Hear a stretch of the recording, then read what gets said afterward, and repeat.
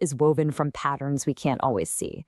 It's like there are these hidden layers of reality just existing right alongside us, waiting for some kind of signal or maybe just a chance event to bring them into the light.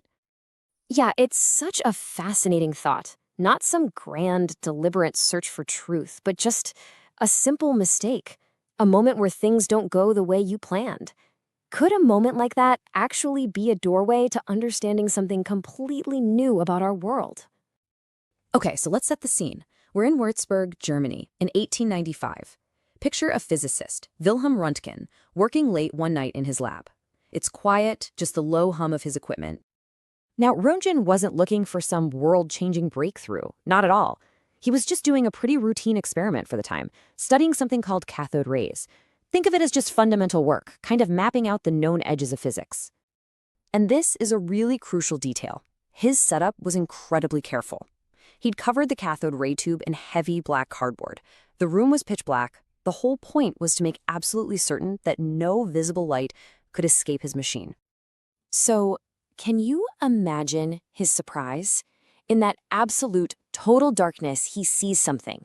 Across the room, a little screen that he had coated with a chemical was glowing, shimmering with this faint greenish light. It made no sense. It was impossible. It just shouldn't have been happening. And this is where the story really takes a turn. Instead of just writing it off as some weird glitch, Röntgen gets obsessed with this impossible light. He just has to understand the signal he's seeing. Well, here was the puzzle he was facing. On the one hand, all the science he knew, the rules, said that cathode's rays only traveled a few inches, and they couldn't even get through the glass of the tube. But on the other hand, the signal, the glowing screen, was happening from feet away. It meant that something was managing to pass right through the covered tube. So he started testing things one by one.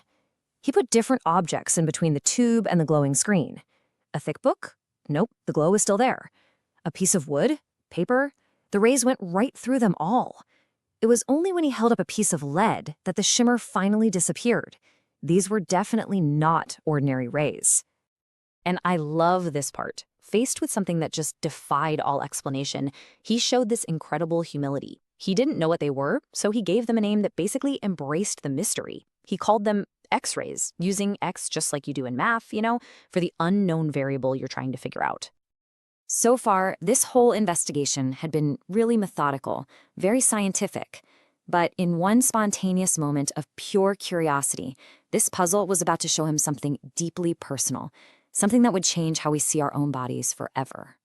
He put his own hand in the path of these mysterious rays. And on the screen, he didn't see the shadow of his hand.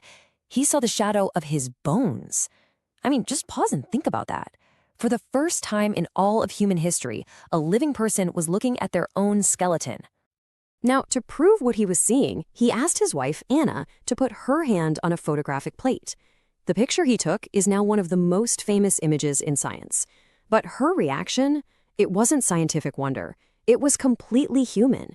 She was horrified to see this ghostly image of her own skeleton, a sight that, until then, was really only associated with death. So that one little accident, that single observation of a weird glowing screen, it didn't just lead to a scientific paper. It completely revolutionized how we understand the physical world. And right away, it turned the world of medicine upside down. And what's really amazing is how fast this all happened. I mean, within a single year of his discovery, surgeons were already using X-rays to find broken bones without having to cut a patient open. By 1901, the world totally got how huge this was, and Röntgen got the very first Nobel Prize in physics. But here's the thing.